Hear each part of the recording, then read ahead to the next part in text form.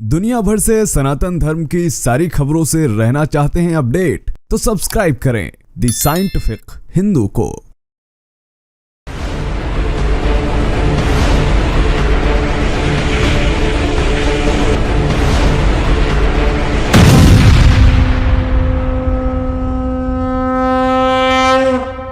हिंदू धर्म शास्त्रों में कहा गया है कि जिस घर में श्री यंत्र की स्थापना होती है और उसकी नियमानुसार पूजा की जाती है, उस घर में अष्ट लक्ष्मी का वास होता है।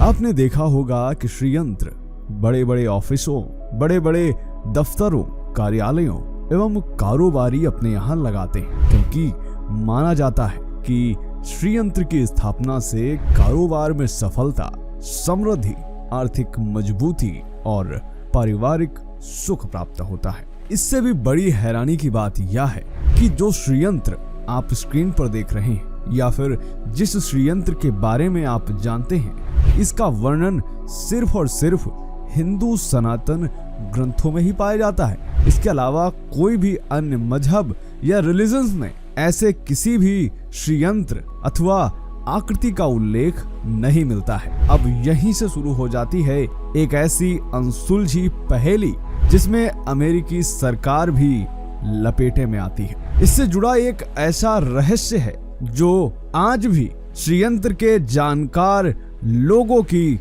जुबान पर है। आखिर क्या हुआ था 1990 में जब अमेरिकी सरकार ने दबाया था अपने यहाँ श्री यंत्र से जुड़ा एक बहुत बड़ा रहस्य। आखिर कैसे अमेरिका की एक सूखी झील पर बन गया था अचानक से एक श्री यंत्र? तो आखिर कितना बड़ा था यह श्री यंत्र? क्या हुआ था 1990 में? कैसे अमेरिका के ओरेगन प्रांत में बना था एक श्री यंत्र? और क्या है इसका रहस्य जो कि जुड़ा हुआ है वेदों से? यह रहस्य वेद, एलियन, यूएफओ आदि सब चीजों से जुड़ा हुआ है, जो कि हम आज इसको डिकोड करने वाले हैं। तो चलिए शुरू करते हैं आज का वीडियो। स्वागत है आपका दी साइंटिफिक हिंदू पर और मैं हूं आपके साथ आपका दोस्त धीरेन्द्र। दरअसल दुनिया का सबसे शक्तिशाली देश जहां ज्यादातर क्रिश्चियन ही रहते हैं, आखिर यहां हिंदू धर्म का पवित्र श्री यंत्र कैसे पहुंच गया? दरअसल बात है 1990 की, जब इडाहो एयर नेशनल गार्ड के पायलट बिल मिलर एक प्लेन उड़ाने की ट्रेनिंग ले रहे थे और नियमित उड़ान पर थे। यह मार्ग उनका रोज का मार्ग था जिस पर वह उड़ान भरते थे। इसके अलावा इस मार्ग पर अनेक पायलट भी उड़ान भरते हैं। लेकिन फिर अचानक एक दिन बिल मिलर यह देखते हैं कि वह जिस रास्ते से उड़ान भर रहे हैं उसके नीचे एक आकृति बनी हुई है और यह आकृति अचानक आ गई है। खुद बिल बताते हैं कि जब करीब 30 मिनट पहले उन्होंने इसी मार्ग से उड़ान भरी थी तो उन्हें यह विचित्र विशाल आकृति नजर ही नहीं आई थी। तो आखिर कैसे यह आकृति यहाँ पर प्रकट हो गई? बिल मिलर बताते हैं कि यह दिन था 10 अगस्त का और इस आकृति का आकार इतना बड़ा था कि ऐसा हो ही नहीं सकता कि ये किसी पायलट की नजरों से चूक जाए, क्योंकि इस श्री यंत्र का आकार लगभग 1/4 मील लंबा और चौड़ा था और उसकी गहराई सतह से लगभग 3.5 इंच थी। और इस बात पर वह पूरी तरह आश्वस्त थे कि वह इसी मार्ग से 30 मिनट पहले ही उड़ान भरे थे और उस समय यहाँ इस तरह की कोई आकृति नहीं थी और इसे मनुष्यों द्वारा इतनी जल्दी बनाया जाना या फिर किसी टेक्निक से इतनी जल्दी बनाया जाना संभव ही नहीं था। इस बात से परेशान होकर बिल मिलर ने यह बात अपने अपर लेवल के अधिकारियों तक पहुंचाई। उन्होंने बताया कि किस तरह ओरेगोन स्टेट के सिटी ऑफ बर्न्स से 70 मील दूर एक सूखी झील में एक रहस्यमय आकृति दिखाई दे रही है। मिलर अपनी रिपोर्ट में लिखते हैं कि यह रहस्यमय आकृति किसी मशीन की आकृति जैसी दिखती है, क्योंकि यह आकृति कई लकीरों और आकारों से बनी है। और फिर इस पर रिसर्च की गई और अचानक से इस स्थान पर काफी भारी संख्या में अमेरिकन आर्मी आ जाती है और इस खबर को अमेरिका ने 30 दिनों तक लोगों से छुपा के रखा। लेकिन 12 सितंबर 1990 को प्रेस वाले इसके बारे में जान ही जाते हैं और यह न्यूज टीवी पर आ जाती है। इस बात के फैलने के बाद वहां जो विद्वान गए उन्हें समझते यह देर नहीं लगी कि ये हिंदू धर्म के एक पवित्र चिन्ह की आकृति है जिसे श्रीयंत्र कहा जाता है। अब यहीं पर सवाल खड़े होने शुरू हो गए थे कि आखिर ये हिंदू धर्म का पवित्र चिन्ह अमेरिका में इस जगह पर कैसे आ गया। यहाँ तक कि नासा के वैज्ञानिक भी इस गुत्थी को सुलझा नहीं पा रहे थे कि आखिर इतनी जल्दी इस आकृति को कैसे बनाया जा सकता है, क्योंकि यह बेहद ही जटिल संरचना थी। और तो और यह श्रीयंत्र बिल्कुल परफेक्ट था, थोड़ा भी इधर उधर नहीं था, लाइंस एकदम सीधी थी और हर जगह की गहराई भी बराबर थी। वैज्ञानिकों ने कहा कि इस तरह की आकृति परफेक्टली तो कागज पर भी नहीं बनाई जा सकती, तो इस सूखी झील में इस तरह का यंत्र बनाना बिल्कुल असंभव है। और इसके बाद लगभग सभी विद्वानों और वैज्ञानिकों ने इस निष्कर्ष पर पहुंचे कि इस आकृति को किसी इंसान ने नहीं बल्कि एलियंस या फिर कोई अलौकिक शक्ति द्वारा बनाया गया है। 15 सितंबर को इस आकृति पर रिसर्च करने के लिए 2 यूएफओ शोधकर्ता डॉन न्यूमन और एलन डेकर वहां पहुंचते हैं। वो देखते हैं, वहां की जगह का निरीक्षण करते हैं और पाते हैं कि इसके अगल बगल ना ही तो किसी प्रकार के मशीनों के टायरों का चिन्ह था, ना ही कोई निशान ऐसा था जो बताए कि इसे किसी मशीन द्वारा बनाया गया है। और तो और इस आकृति को सेम टू सेम बनाने के लिए वैज्ञानिकों ने कई लोगों को हायर भी किया कि इसी तरह आकृति बनाई जाए, जिसमें बड़े बड़े आर्किटेक्ट और इंजीनियर शामिल थे, लेकिन वह इस तरह की आकृति नहीं बना पाए। इसके बाद इस पर रिसर्च शुरू हुई। ओरेगन विश्वविद्यालय के डॉक्टर जेम्स डेदरॉफ ने बताया कि यह पूरी तरह से यूएफओ द्वारा ही बनाया गया है। Because it was so big and it was so precise, it then suggested something alien.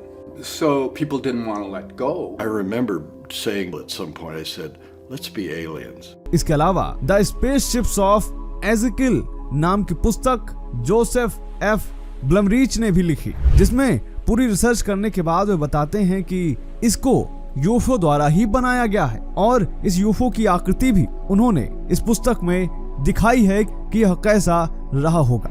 अब इस घटना पर हमारे साइंटिफिक हिंदू परिवार के सदस्य सत्यनारायण एमएन ने इस पर पूरी तरह से रिसर्च की और रिसर्च में उन्होंने वेदों से प्रमाण इकट्ठे किए, जिसमें शुरुआत सबसे बड़ी बात से होती है, जिसमें यह कहा गया है कि इसको कोई मनुष्य या मनुष्यों की टेक्नोलॉजी बना ही नहीं सकती, ये इम्पॉसिबल है। तो इससे यह तय हो जाता है कि यह श्रीयंत्र मानव निर्मित तो बिल्कुल नहीं था। दरअसल इस श्रीयंत्र के रहस्य का उल्लेख हमारे वेदों में भी मिलता है। सत्यनारायण इस घटना का वेदों से जुड़ाव ढूंढते हैं और उनके हाथ जो जानकारी लगती है वह वाकई में हैरान कर देने वाली है। दरअसल यह श्रीयंत्र 3.5 इंच की गहराई से बना हुआ है और इसके बारे में जब धर्म ग्रंथ में खोज की जाती है तो सूर्य के अष्टोत्तर में अखिला गामा वेदिन शब्द आता है।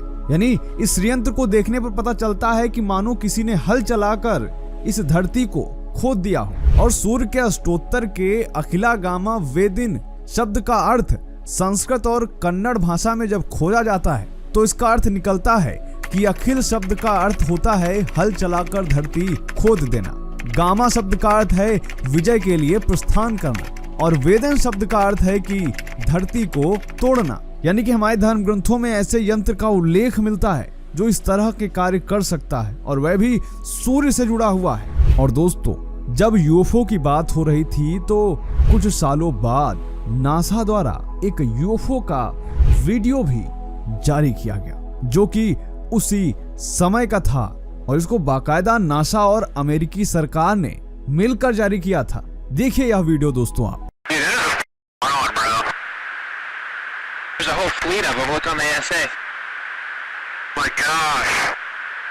यानी यही वह यूएफओ था जिसने ओरेगन में इस तरह का श्रीयंत्र का निर्माण किया था और इस श्रीयंत्र का उल्लेख दुनिया के किसी भी धर्म ग्रंथ में नहीं मिलता है सिवाय हिंदू धर्म ग्रंथों के।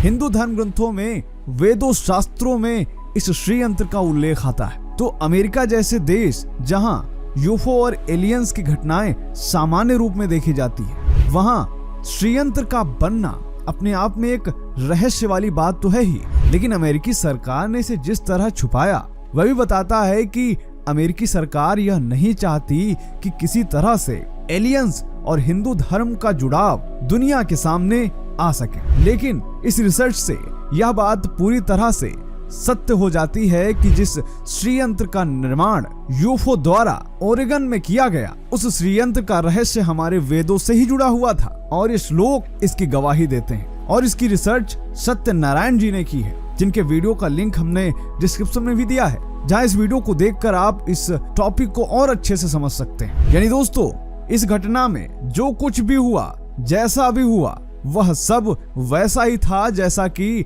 हमारे मंत्रों में कहा गया है। यानी दोस्तों, इस घटना में भी सनातन धर्म की विज्ञानता देखने को मिलती है। उम्मीद करते हैं यह वीडियो आपको पसंद आया होगा। कैसा लगा आज का यह वीडियो, कमेंट अवश्य करें।